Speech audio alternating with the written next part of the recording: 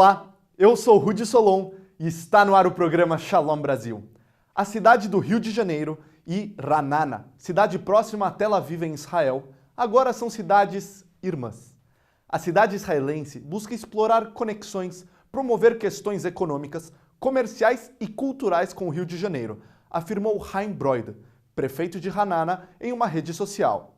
Ra'anana é o principal destino dos brasileiros que fazem Aliyá, com uma média de 650 pessoas a cada ano, de acordo com a Agência Judaica para Israel.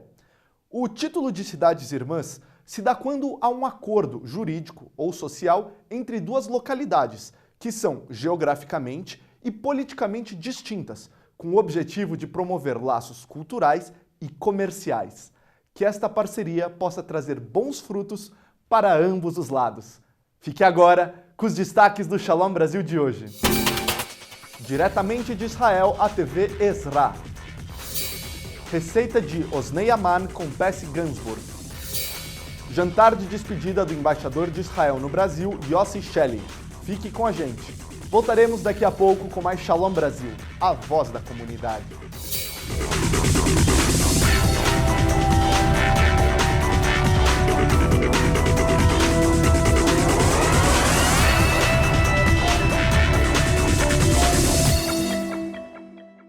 O programa Shalom Brasil tem o apoio cultural de Jaime Imobiliária e Administradora de Bens e Condomínios, servindo com tradição, segurança e transparência no nobre bairro de Higienópolis.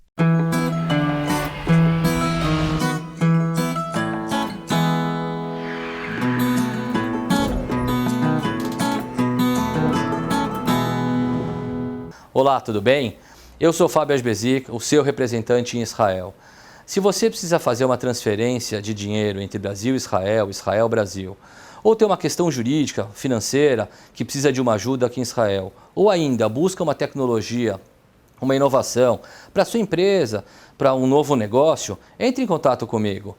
Eu sou o Fábio, meu telefone e meu WhatsApp é 972-52-706-1851. Meu e-mail, fabioasba@gmail.com.br. O programa Shalom Brasil também chega em todo o território nacional via satélite, no canal Com Brasil, canal 3 da Claro e via Embratel, canal 28 da Sky e Oi TV e canal 239 da Vivo TV e GVT TV.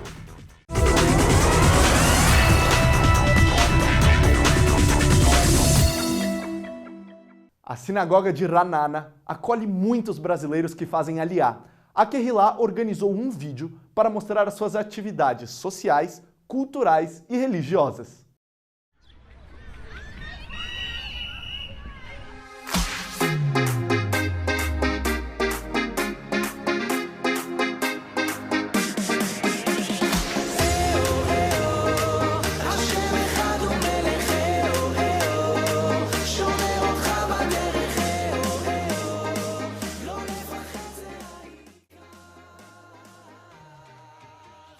Muita gente chega com base religiosa, mas a grande maioria chega com algum envolvimento tradicional ou são até bem afastados do judaísmo. Pensando nisso, então, surgiu a necessidade e a oportunidade de a gente congregar todos os brasileiros em uma única Keilah. Então, para dar um suporte realmente para todas as famílias do Brasil que vêm para Ra'anana, a gente decidiu abrir essa Keilah. E a Keilah realmente ajuda aos brasileiros da melhor forma possível em todos os aspectos da vida deles, mas principalmente no aspecto religioso, que essa é a nossa função.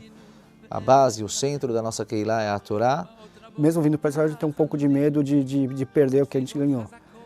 Contrário, eu estou crescendo.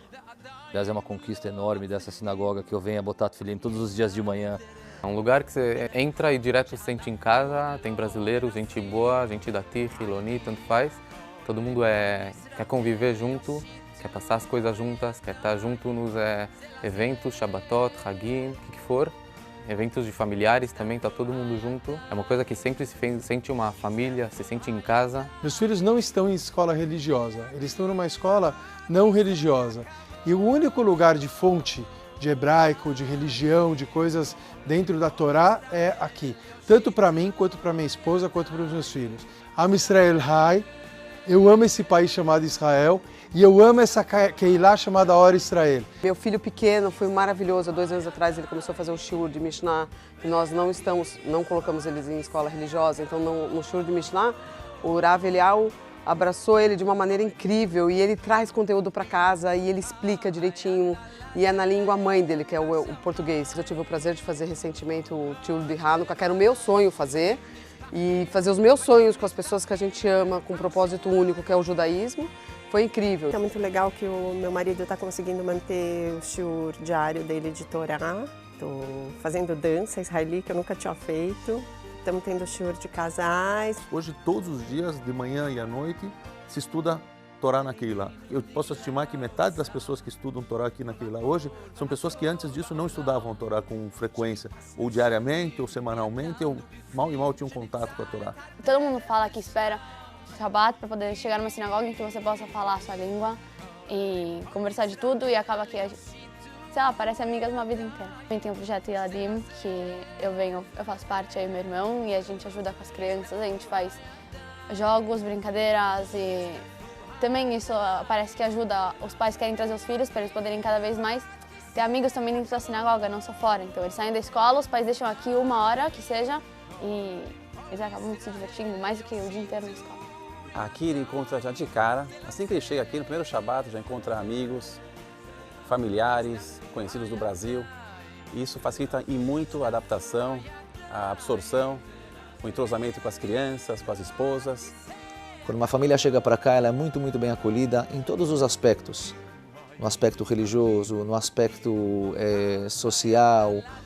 Ela recebe uma ajuda imensa de todas as outras famílias que são como uma grande família que nós estamos aqui. A pessoa deixou o Brasil, deixou a família dele, certo? Igual Avraham Avinu, Lech lecha me'artzecha, mimoladetcha, mebeit avicha, que ele deixou a casa do pai dele, deixou a família dele, o lugar onde ele nasceu.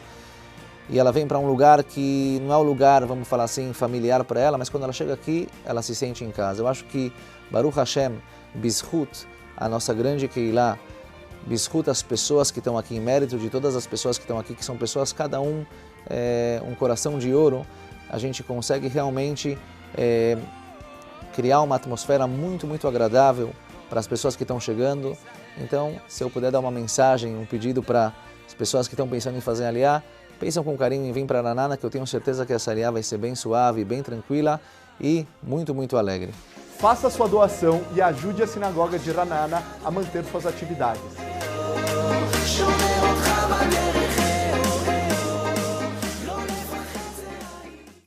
As principais novidades no mundo do esporte judaico e israelense desta semana com o nosso comentarista de esportes, Ricardo Setion.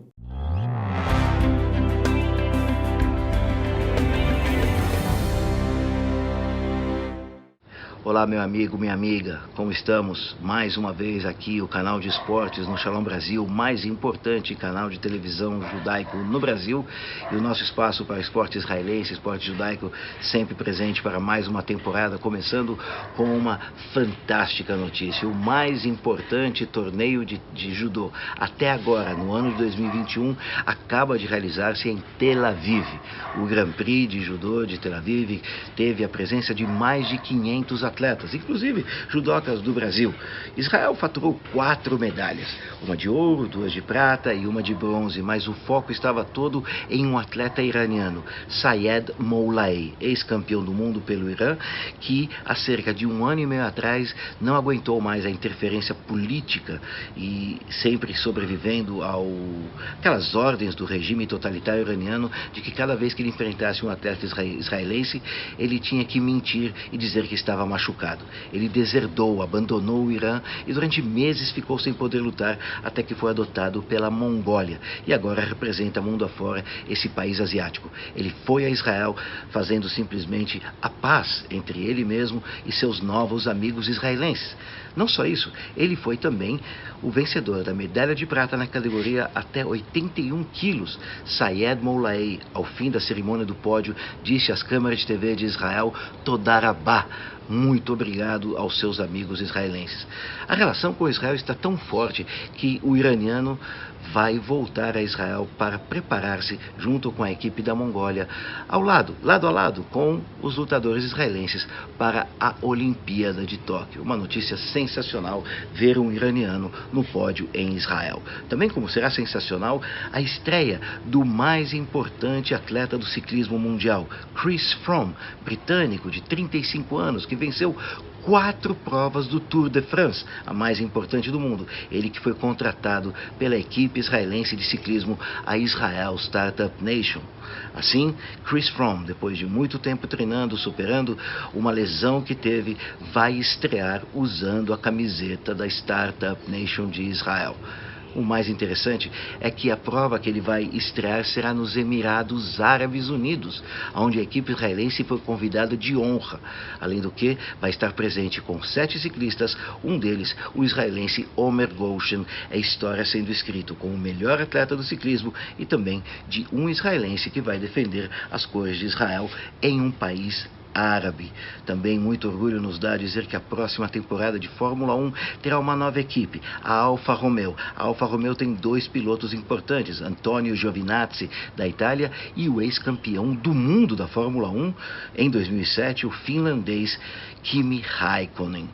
E a Alfa Romeo terá o seu patrocínio por parte de uma empresa israelense. É a primeira vez que isso acontece na história. A SentinelOne, uma empresa de Tel Aviv que tem 700 empregados e foca na segurança da informação, a segurança na internet, pagou $1 milhão para ter o seu nome nos carros da Alfa Romeo nesta temporada de 2021. Isso é a primeira vez que acontece uma presença israelense tão forte no circo da Fórmula 1. E nós vamos deixando aqui um grande abraço para você, amigo e amiga deste canal de esportes do Shalom Brasil.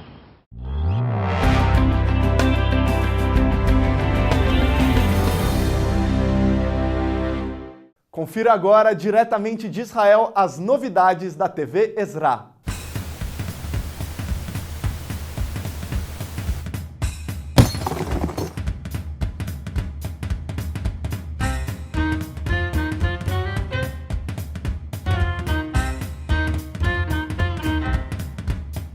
Shalom! Bem-vindos à TV Ezra Brasil. Neste programa, você confere as principais matérias que produzimos especialmente para o programa Shalom Brasil.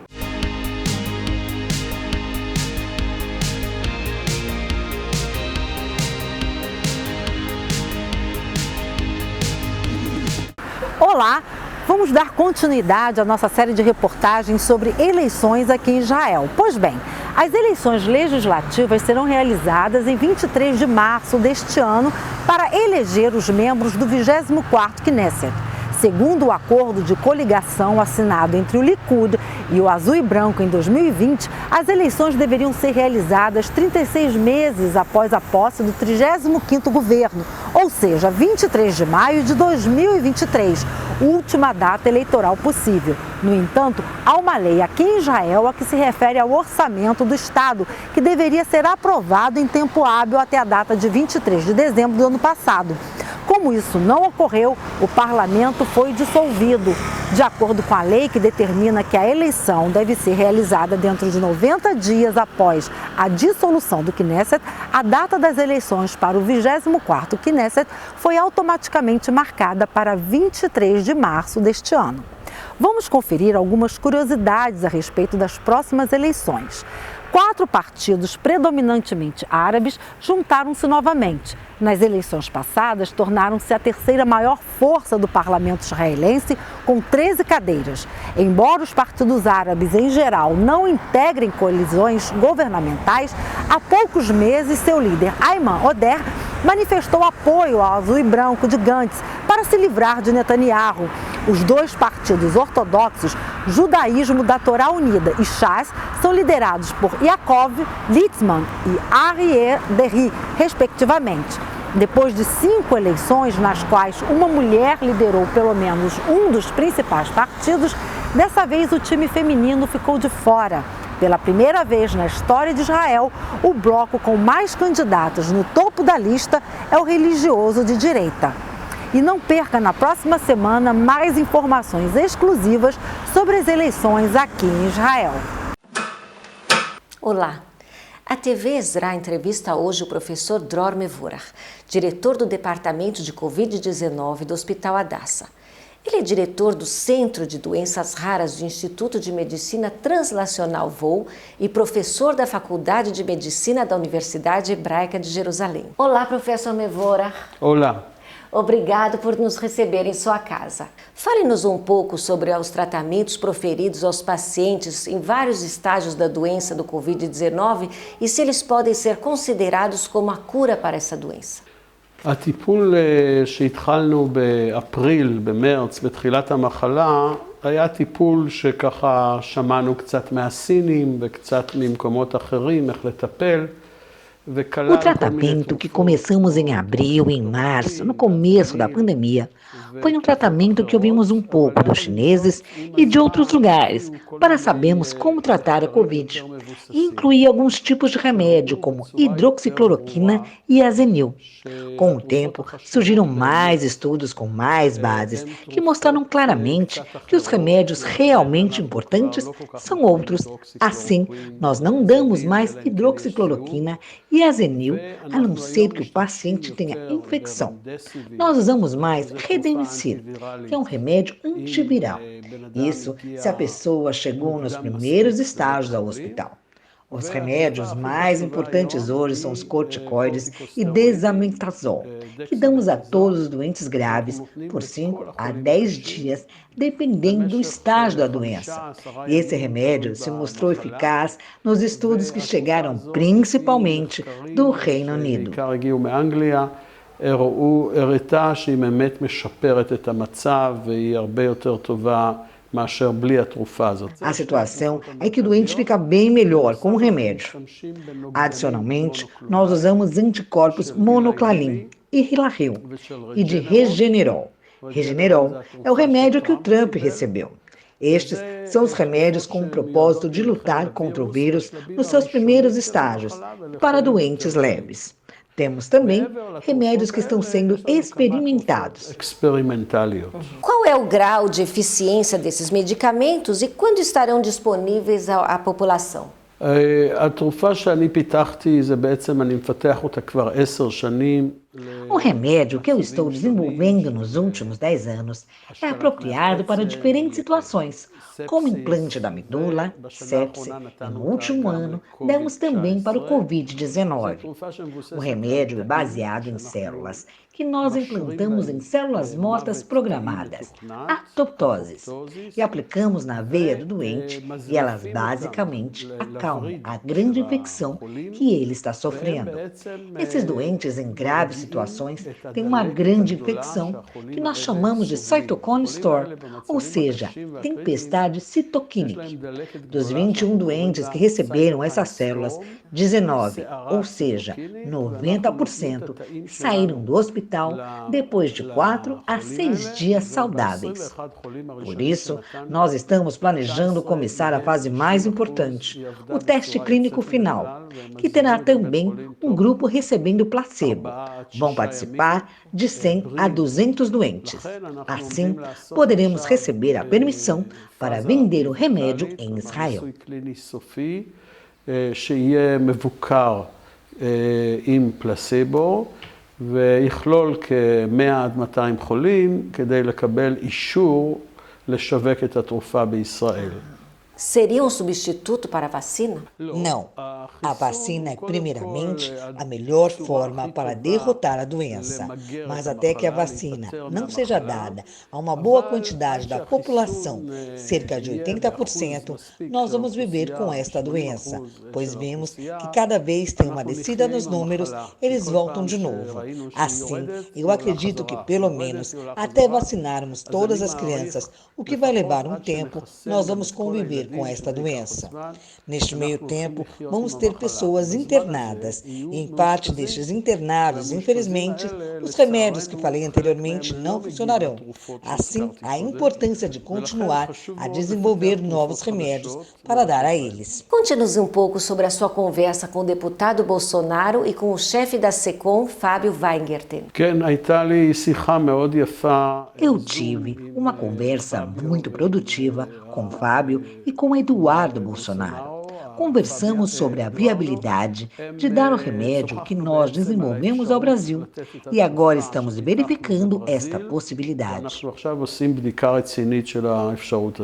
Qual é a sua mensagem para a população?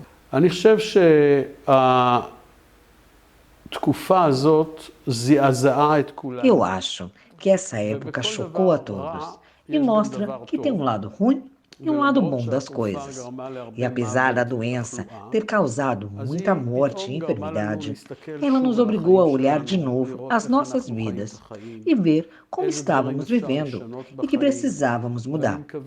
Eu espero que agora, com os remédios e as vacinas, podemos ficar apenas com as coisas boas que a doença trouxe. Mas para isso, devemos continuar a nos cuidar e a se vacinar. Obrigado, professor Mevorach, por essa entrevista. Obrigada. Obrigado.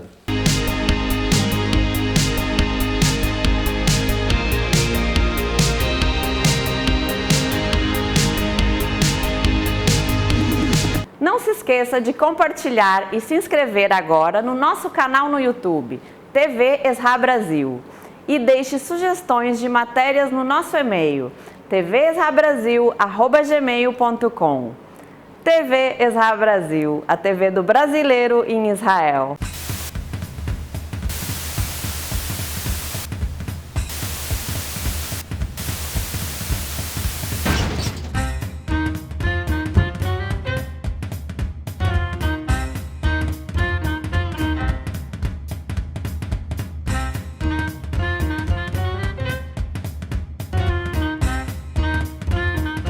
A seguir, receita de Osnei Aman com Pessi Gansburg.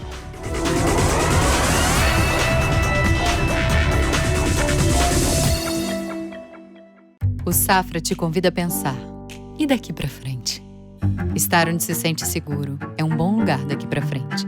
Cuidar mais das pessoas, das suas escolhas. Entender que valores importam. Detalhes fazem diferença. O Safra só é o Safra porque está há mais de 175 anos pensando sério no daqui pra frente. Daqui pra frente, repense seus investimentos e conte com os especialistas do Safra. Abra sua conta e invista como um especialista.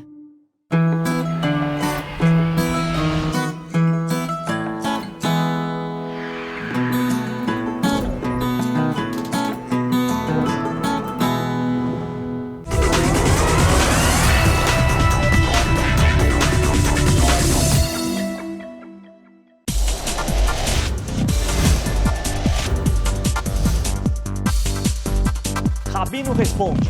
Como se faz se precisa trabalhar no Shabat? E por que na sinagoga se pode trabalhar no Shabat? Um judeu tem que procurar para não trabalhar no Shabat. Um dos mandamentos, dos 10 mandamentos, o decálogo, é que você e seu empregado e até seus animais descansam no Shabat.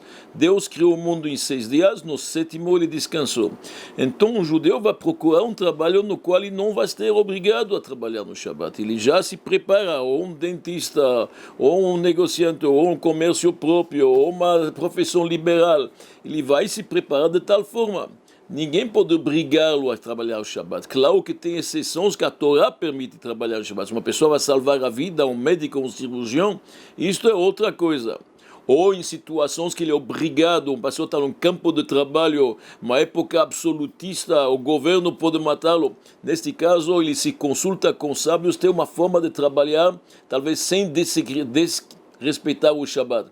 Mas, em geral, um judeu procura a não trabalhar o Shabat. Ele faz de tudo para não trabalhar. Por quê? Porque ele sabe que o mesmo Deus que deu para nossos antepassados no deserto, 40 anos lá no deserto, sem condições de vida, e todo mundo foi sustentado, se Deus quer me sustentar em 5 dias, Ele pode. Eu não preciso ajudá-lo com mais um dia de trabalho. Se Deus quer me sustentar com 4 dias de trabalho, Ele pode também.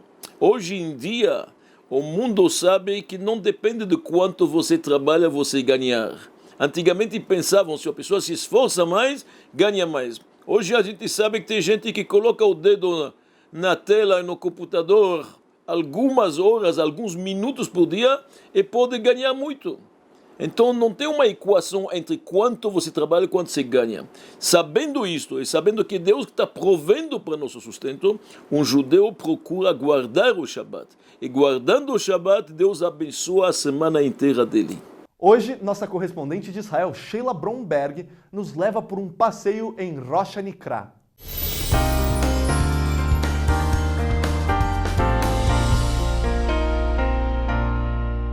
Oi, Rudy! Olá, meus amigos do Shalom Brasil! Essa semana eu vou mostrar para vocês um lugar imperdível aqui em Israel. As grutas de Rosh Hanikra, que ficam lá no norte de Israel, fronteira com o Líbano. Vamos lá? Esse é um passeio dos mais bonitos de Israel, Rosh Hanikra.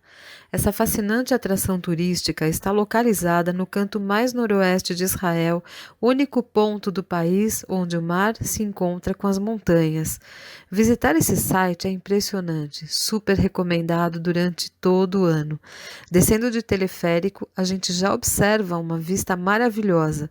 Chegando, encontramos um caminho que passa no meio das grutas que foram criadas após uma série de tremores subterrâneos que racharam uma grande rocha. A água da chuva que flui por essas rachaduras e as ondas do mar jorrando criaram esse fenômeno natural incrível e único em Israel. A rota do teleférico, que é a mais curta e íngreme do mundo, leva os visitantes a 70 metros abaixo, num ângulo de 60 graus. A vista do teleférico não é nada além de magnífica. As grutas de Rosh Hanikra são túneis cavernosos formados pela ação do mar sobre a rocha de giz macio. O comprimento total é mais ou menos de 200 metros e esses túneis se ramificam em várias direções com alguns segmentos interconectados. Um túnel foi construído pelos britânicos para uma linha ferroviária que ligava Haifa a Beirute. Em 1968, foi cavado um segundo túnel conectando as grutas entre si e permitindo acesso, atualmente, à única saída. O acesso ao longo da antiga rota da ferroviária britânica. Por muitos anos, porém, o único acesso às grutas era pelo mar e os nadadores e mergulhadores nativos eram os únicos capazes de visitar. O túnel hoje tem 400 metros e foi cavado em 1968 entre as grutas e um pouco acima do nível do mar. Quando melhorou a situação e logo após, houve a construção do teleférico para levar os visitantes do alto do penhasco para esses túneis. Hoje, a linha ferroviária de Israel vai somente até Naharia, que fica perto de Rosh Hanikra. Este túnel foi desativado. Esse lugar é simplesmente fantástico, uma harmoniosa valsa entre as rochas brancas e a água turquesa do mar.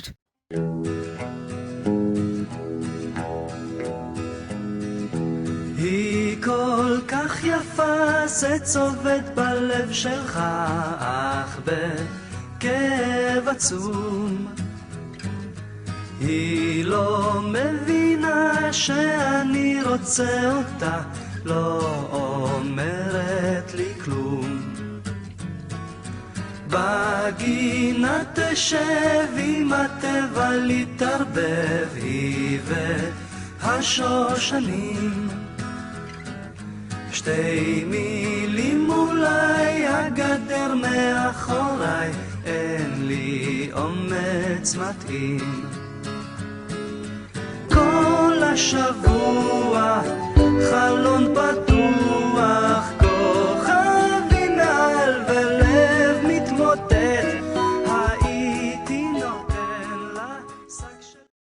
Para falar comigo, entre pela mídia digital, Instagram, YouTube, Facebook, meu blog Uma Brasileira em Israel, ou pelos meus e-mails sheila.brom.12@gmail.com ou sheila@amaral-tours.com. Estou à sua disposição para aquilo que você precisar.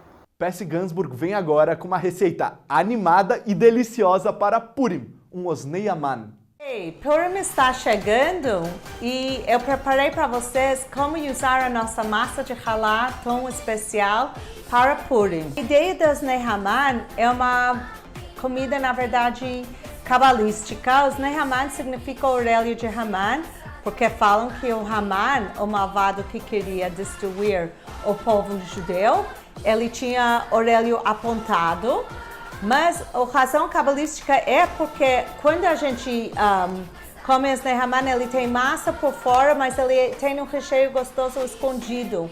Então, para a gente lembrar que às vezes tem umas camadas no mundo que a gente às vezes não enxerga Deus.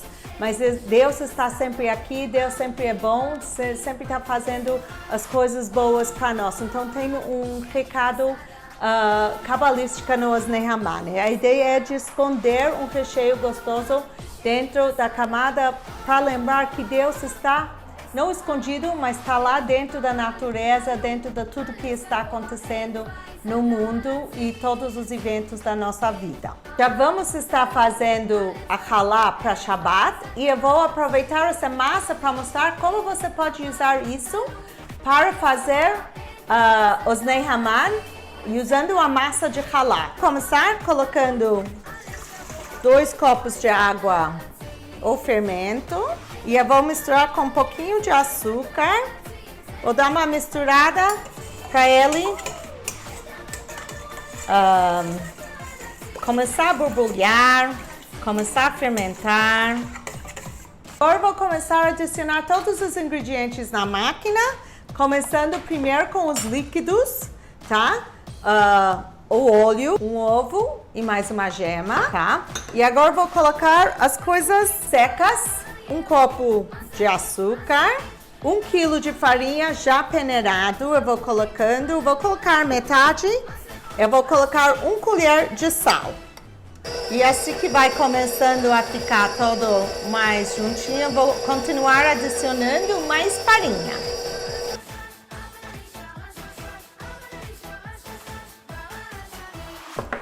Vou passar um óleo, tá? Eu passo um óleo na mão e em cima da minha massa, para ele não fazer aquela película. E eu vou deixar ele crescer por 1 hora. Tá? Ele tem que dobrar de tamanho. Com plastifilme, isso ajuda a fazer efeito estufa e ele vai crescer melhor, mais rápido.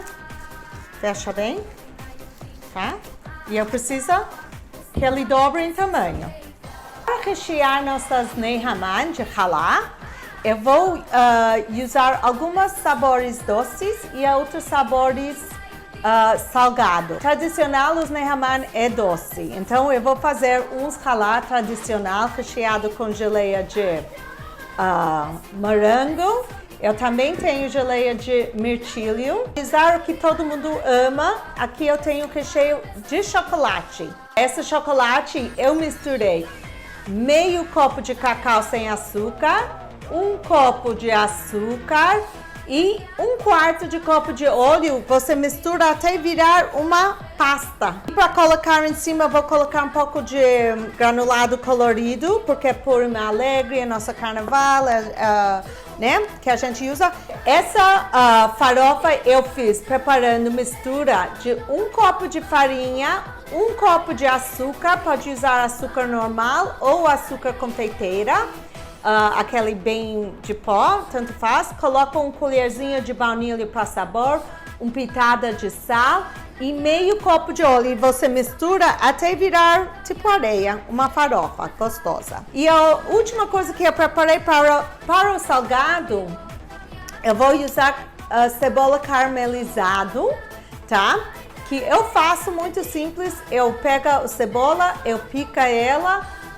Eu compro muito de uma vez e eu coloco embaixo da panela um pouquinho de óleo, um pouquinho de água e você deixa ele no fogo baixo, misturando de vez em quando, deixando ele caramelizar. Eu não coloco açúcar, eu sim coloco um pouquinho de sal para dar sabor.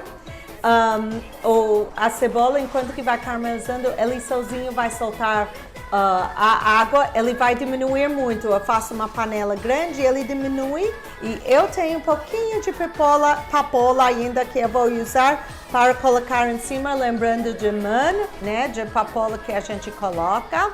Eu vou abrir a massa, não muito fino, nem muito grosso. Vou fazer círculos, pode usar uma que você já tem, se não pode usar copo, não tem problema. Cuidado para não colocar recheio demais, tá? Porque ele vai sair por fora. A gente coloca no meio, apertar, a gente faz 3 pontas.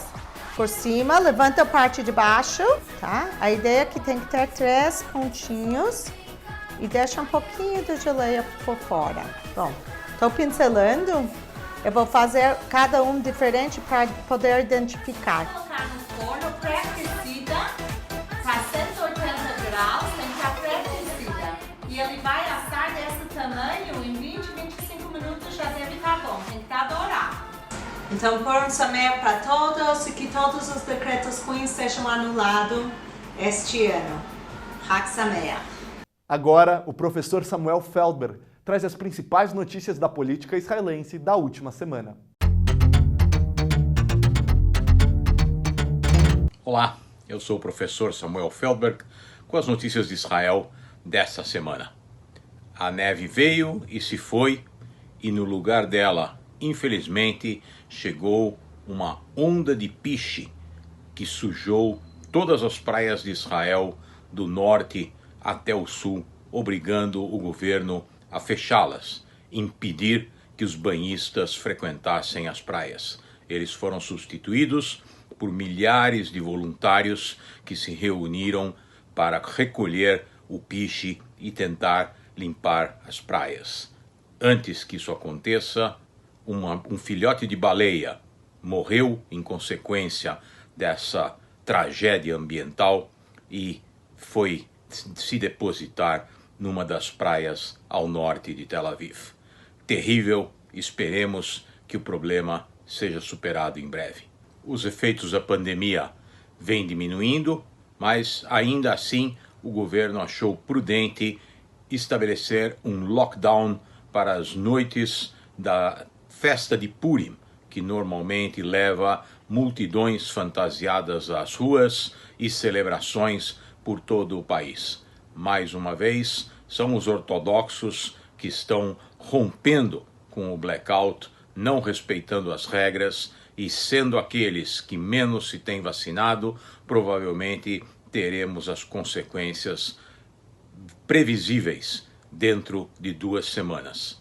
Talvez até lá um maior número de pessoas também esteja vacinada e a consequência não seja tão grave. E por último, os tribunais autorizaram que o Ministério da Saúde compartilhe as informações referentes a quem se vacinou ou não. Por um lado, obviamente, isso apresenta um incentivo para que as pessoas se vacinem, porque poderão ter vedado o seu acesso a uma série de atividades e locais na sociedade israelense. Por outro lado, vai criar castas dentro da sociedade e certamente aqueles que já sabemos que se vacinam menos, como os ortodoxos e determinados setores árabes da população israelense, se verão prejudicados. Mas, neste caso, o governo tem certeza de que é mais importante cuidar da população como um todo do que da privacidade do cidadão. Até a próxima semana. A seguir, fontes.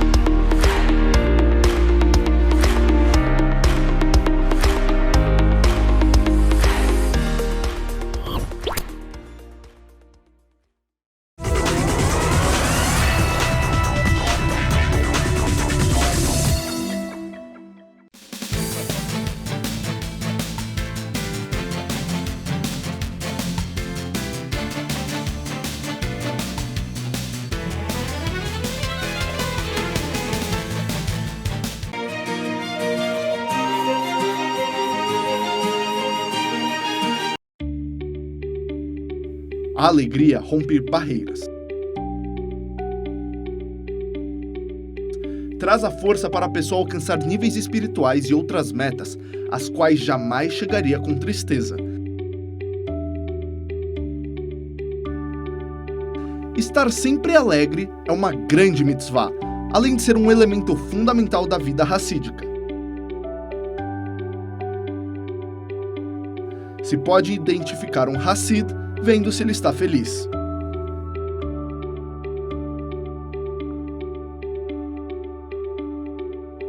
Se houver uma luta entre uma pessoa mais fraca e outra mais forte, é provável que o mais forte vencerá. No entanto, se lhe faltar vitalidade em consequência da depressão, o mais fraco, porém, com energia espiritual e emocional, poderá dominá-lo. Assim, também ocorre nossa luta interior. Quando estamos felizes e cheios de energia, podemos superar o Yetzer Hara, a inclinação para o mal. Mas com a tristeza, essa inclinação pode facilmente prevalecer. Besimha, com alegria. Em hebraico, diz o Zohar, tem as mesmas letras que Machshavá, pensamento, indicando que tudo depende da informação racional transmitida ao coração.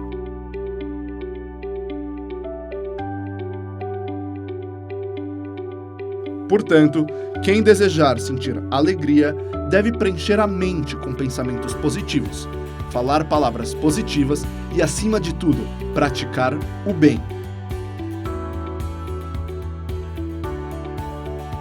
Se isso lhe for difícil, comece sorrindo, pois, por mais que a alegria traz o sorriso traz a alegria.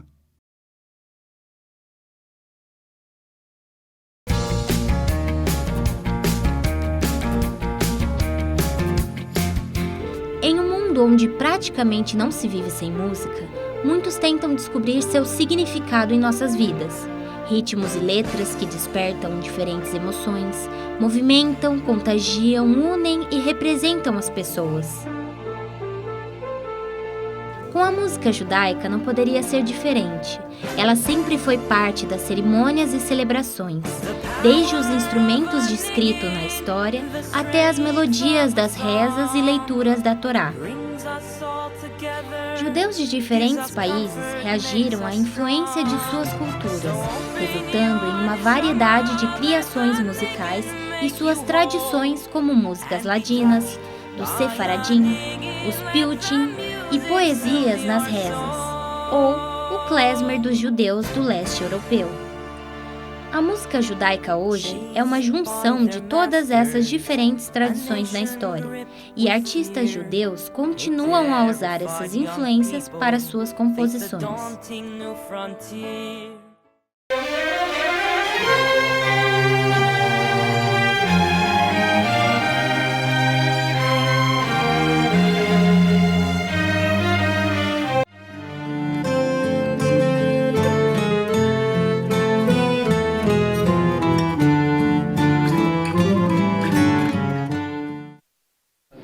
לא חלב, כמה allein מגרים זה פשוט שטייק.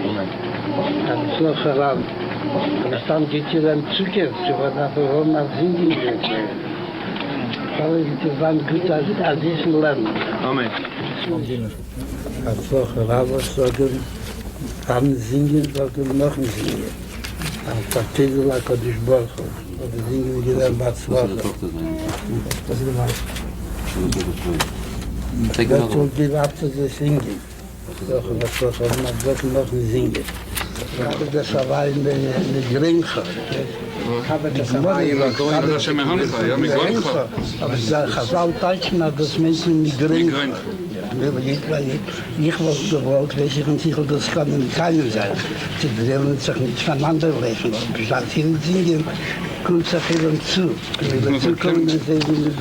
Und zusammen mit der Brache von Reben, das ist allemal eine Sache besser. Ja. Ich mache mit dem Stöckel, wir haben sein nach Zad Meire. Ich habe zwar viele, wir haben auch Sprachen, Zad Meire, das ist ein bisschen niedrig. Das war natürlich nicht die ganze Zeit, dann nicht mit das Warburg sein, ich stand die Spielerin, die ganze Zeit, weil es nach dem Zeit, aber von Zeit zu Zeit תזדמן בין די סמיגה, בהצלחה רבה.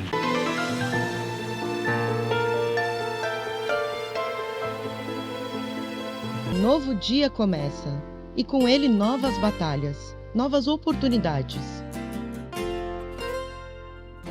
Você pode vê-lo como um desafio, ou como um presente.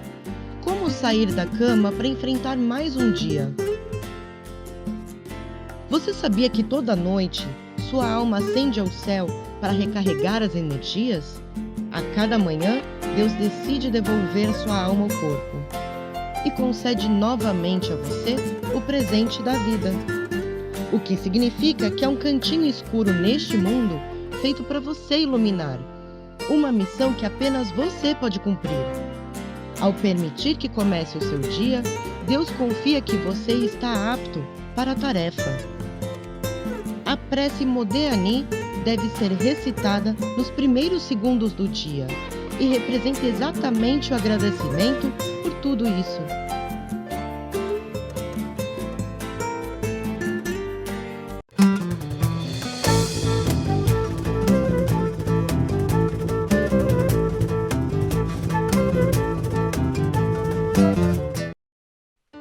Numa convenção americana, a qual compareceram neurologistas de todo o mundo, um dos principais tópicos foi o fenômeno de pessoas que desmaiam no instante em que se levantam da cama.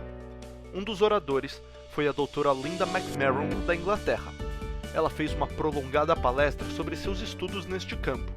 Disse que após muitos anos de estudo e investigação sobre o tema, chegara à conclusão de que este tipo de desmaio é causado pela rápida transferência entre a posição deitada e ficar de pé. A professora McMahon disse que demora 12 segundos para o sangue fluir dos pés à cabeça. Porém, quando a pessoa se levanta rapidamente assim que acorda, o sangue é jogado depressa demais para o cérebro, e o resultado é o desmaio. Ela sugeriu que cada pessoa, mesmo aquelas que não têm tendência a desmaiar, se sentasse na cama ao acordar e contasse lentamente até 12, para evitar tontura, fraqueza ou desmaio. Seu discurso foi recebido com muitos aplausos e uma entusiástica repercussão. Outro professor, um judeu religioso, pediu a permissão para falar.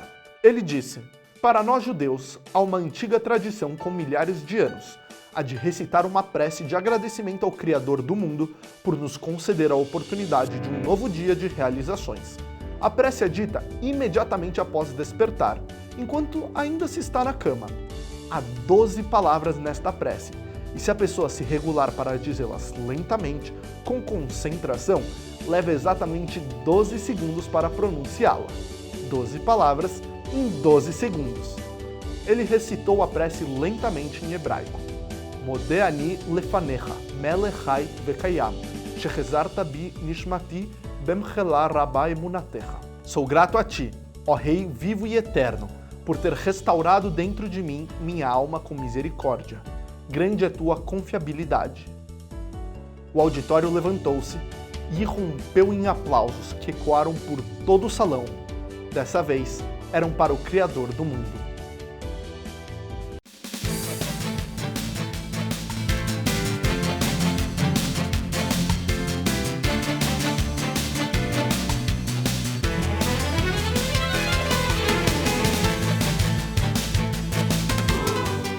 A seguir, jantar de despedida do embaixador de Israel no Brasil, Yossi Shelley.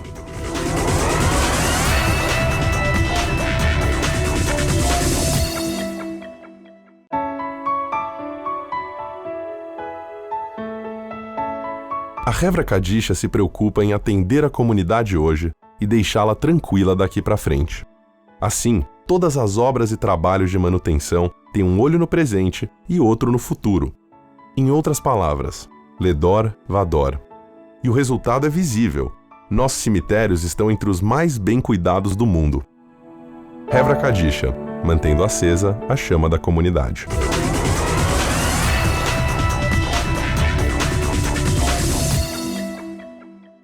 Após 4 anos de missão diplomática no Brasil, o embaixador de Israel, Yossi Shelley, se despediu de líderes da comunidade judaica em um jantar na Hebraica de São Paulo, organizado pelo Consulado de Israel em São Paulo Hebraica e CONIB. Foram 4 anos intensos de mandato. Muitos projetos realizados, acordos, ajuda humanitária e uma nova ponte, deixando Israel, um vizinho que era distante, agora colado no Brasil. O embaixador de Israel no Brasil, Yossi Shelley, se despede da comunidade judaica, deixando um legado para a história. Eu posso dizer uma coisa, Israel e Brasil estão muito perto, amigos, tem projetos entre o povo, tem projetos do governo. Essa é a grande conquista que eu fiz como embaixador de Israel no Brasil, como governo israelense. Estou muito feliz de ficar aqui para esse tipo de despedida, como comunidade judaica, que me apoiou muito durante essa época. Eu fui um tipo guia, mas não faz nada sozinho, tudo com vocês, com a ajuda do governo brasileiro, como o presidente Bolsonaro, que eu estou fã dele, da maneira, da limpeza de coisas que ele fez. O embaixador falou sobre os desafios que enfrentou no Brasil. O grande desafio foi mudar o pensamento de algumas autoridades sobre Israel. Para muitas pessoas, que eu não falo sobre somente direita, esquerda, central, não falo política, mas pessoas não conheceram que o israelense que é Israel. Eu divulguei isso em todos os lugares, na Amazonas, na tribo de indígenas, no interior, voar horas, tudo para, como disse, colocar a bandeira israelense e falar, esse é Israel, tecnologia, amizades, ser humano, democracia, essa coisa que tem que passar, esse obstáculo, que infelizmente ficou muito tempo sem esse assunto. Perguntamos do que ele vai sentir mais falta. Primeiro, do povo brasileiro, dessa amizade, desse carinho que recebi aqui, da comunidade judaica, organizações, como evangélicos também, que me respeitam muito. Então não tem nada, o futebol, que da primeira vez da minha vida que tocou, como disse a bola, com as legendas de jogadores, Kaká, Pelé, nomes gigantes. A saudade da família que deixou em Israel. O grande desafio que tive, um tempinho eu fico sozinho, longe da minha família, minhas filhas. Minha esposa fica comigo 1 ano quase. É muito difícil trabalhar sem esse apoio, no suporte, sempre receber isso.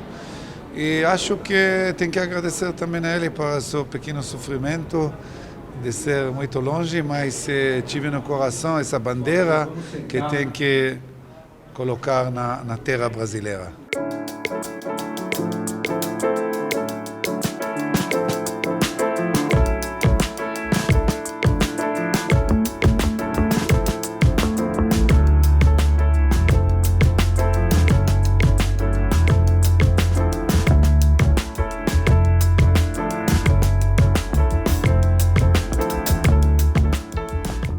A festa foi organizada pelo cônsul de Israel em São Paulo, Alon Lavi, Cláudio Lotenberg, presidente da CONIB, e Daniel Bialski, presidente da Hebraica de São Paulo. Eu cheguei ao Brasil quando ele já estava aqui quase mais de 2 anos e não conheci ele antes, mas neste ano e meio, quando trabalhamos juntos, tive a oportunidade de aprender muito. Um caráter bem carismático, que de verdade ama o Brasil e Israel, e pode haver isso, o único embaixador israelense que visitou Roraima e Rondônia e Acre. Muitas mudanças positivas podemos ver entre o Brasil e Israel. Por exemplo, acho que talvez o exemplo mais bonito é a delegação que Israel mandou a Brumadinho, depois da tragédia horrível lá. Além disso, podemos ver a primeira visita do primeiro-ministro israelense aqui no Brasil durante a época do embaixador, visita do presidente Bolsonaro em Israel, 7 acordos bem importantes entre o Brasil e Israel que foram assinados e também mudança de verdade das votações, como o Brasil vota na ONU e outras organizações internacionais a favor de Israel depois décadas que votaram de uma maneira negativa contra Israel. Eu queria agradecer, cumprimentar o embaixador Yossi Shelley por todo o trabalho que ele fez aqui no Brasil, conseguindo vencer barreiras tão difíceis em prol não somente de Israel, mas de toda a comunidade judaica. Eu espero que esse trabalho tenha continuidade nesse governo, nos próximos governos. Enquanto presidente da Hebraica, eu tive a satisfação de ter vários contatos com ele e hoje de estar aqui prestando essa singela homenagem, porque ele merece, fez muito por todos nós, fez muito pela nossa comunidade e fez muito pelo Brasil. Parabéns e cola kavod, Yossi. O embaixador Shelley participou de um momento das relações Brasil-Israel absolutamente singulares. Ele não só teve a oportunidade de incrementar uma série de ações de natureza comercial, como de fato foi durante o seu período em que nós tivemos a visita, primeiro de Bibi Netanyahu ao Brasil na posse do presidente Jair Bolsonaro e logo em seguida a visita do presidente Bolsonaro para Israel. Portanto, dentro de um prazo aqui em que ele aqui esteve, ele teve um papel realmente que merece todo o registro. Fica aqui o agradecimento e reconhecimento da comunidade judaica pelo bom trabalho desempenhado pelo embaixador Yossi Shelley. O jantar para poucas pessoas foi no novo espaço na esplanada da Hebraica de São Paulo. Para nós é um privilégio receber aqui hoje o embaixador e sermos os anfitriões da despedida dele. Uma figura que tanto nos ajudou e tanto apoiou a nossa comunidade hebraica, São Paulo e Brasil. E nós vamos sentir realmente muita falta. Então, para nós aqui, para mim como secretário-geral do clube, eu tenho uma honra enorme em poder participar e proporcionar junto com a nossa diretoria e juntamente do consulado e da CONIB a despedida de uma pessoa que foi tão importante para nós. Primeiro, é uma fase, um ciclo que está se encerrando com o Yossi Shelley, que é um grande embaixador, que fez um lindo trabalho aqui no Brasil. Muitas das parcerias que ele buscou no lado tecnológico, além de Israel trazer o Startup Nation Israel para cá, ele incentivou muitos trabalhos que fizemos tanto aqui na Hebraica como em outras entidades que hoje eu represento, como a Universidade de Haifa e Bet Halochem. Yossi sempre apoiou e sempre ajudou. Membros do governo fizeram discursos e falaram da importância do embaixador em Brasília. O Yossi sempre nutriu uma relação muito próxima comigo, mesmo antes de eu entrar no governo. O Yossi sempre pregou uma relação íntima entre Brasil e Israel. O Yossi teve momentos atômicos e marcantes quando da vinda do primeiro-ministro de Israel, do Benjamin Netanyahu, para a posse do presidente Jair Bolsonaro. Logo depois, quando do episódio Brumadinho, o Yossi sempre promoveu culturalmente, economicamente, a intermediação de negócios, ponte de relacionamento entre Brasil e Israel. O Yossi fará muita falta, eu tenho certeza que Israel e Brasil permanecerão unidos pelas várias sementes que o Yossi plantou e deixou aqui. E acho que não é um adeus, acho que é um até breve. Para mim, eu fiz questão de estar aqui nesta noite, nesse abraço ao Yossi, porque o Yossi é o amigo representante de Israel mais brasileiro que eu conheço. Ele conseguiu juntar no coração dele um pouco do espírito brasileiro. E por isso, além das coisas e da maneira como ele sempre trata todos, e na maneira como ele tratou a mim, quando me convidou para estar na embaixada, no Hanukkah, e para mim foi uma alegria muito grande essa amizade. Fomos plantar uma árvore juntos lá em Brasília, enfim, eu creio que é o ciclo da vida, mas nós vamos perder aqui um grande amigo, além de tudo, um grande amigo do Brasil. Amigos e dirigentes da comunidade judaica vão guardar recordações do embaixador de Israel no Brasil, Yossi Shelley. O embaixador Yossi Shelley foi um embaixador que fez muita diferença para a comunidade. A comunidade judaica brasileira, de alguma forma, ela acabou se projetando pelo trabalho incessante que ele fez de apresentar uma Israel moderna, tecnológica e inserida na realidade brasileira. O Yossi Shelley foi um embaixador que vai deixar saudades para a gente pelo trabalho que ele fez de abrir portas e construir pontes e tornar a comunidade judaica brasileira mais presente no nosso Brasil. Eu acho que o que tem mais a se destacar foi o incremento das relações entre Brasil e Israel. A gente tem que atribuir a ele o que é de direito. E ele foi o responsável pelo incremento das relações do Brasil e Israel. Hoje são relações muito bem desenvolvidas e a aproximação de Israel ao Brasil e vice-versa. Então o embaixador teve um desempenho muito bom nessa área e representou maravilhosamente Israel nas relações com o Brasil. O Yossi foi o melhor embaixador que teve de Israel no Brasil. Ele fez o que nenhum tinha feito. Ele abriu as portas do palácio, ele trabalhou bem, vendeu bem Israel aqui. Eu acho que nós temos só gratidão a esse grande embaixador que está indo embora. Eu quero falar da despedida do embaixador Yossi Shelley, que tão bem representou Israel e a comunidade judaica aqui no Brasil. E ele contou com o apoio de toda a comunidade e toda a gestão que ele fez junto ao Ministério das Relações Exteriores, junto ao governo brasileiro, dignificou toda a comunidade judaica. E o nosso cônsul Alon Lavi, aqui em São Paulo, representa a Embaixada de Brasília. Nós temos uma dupla sensacional. Pedimos a Deus que o próximo embaixador seja muito bom, como foi o embaixador Yossi Shelley. E a Hevra Kadisha, que é essa entidade tão antiga, centenária, que completa agora 100 anos, contou com o apoio do consulado em todas as suas atividades e da Embaixada de Israel.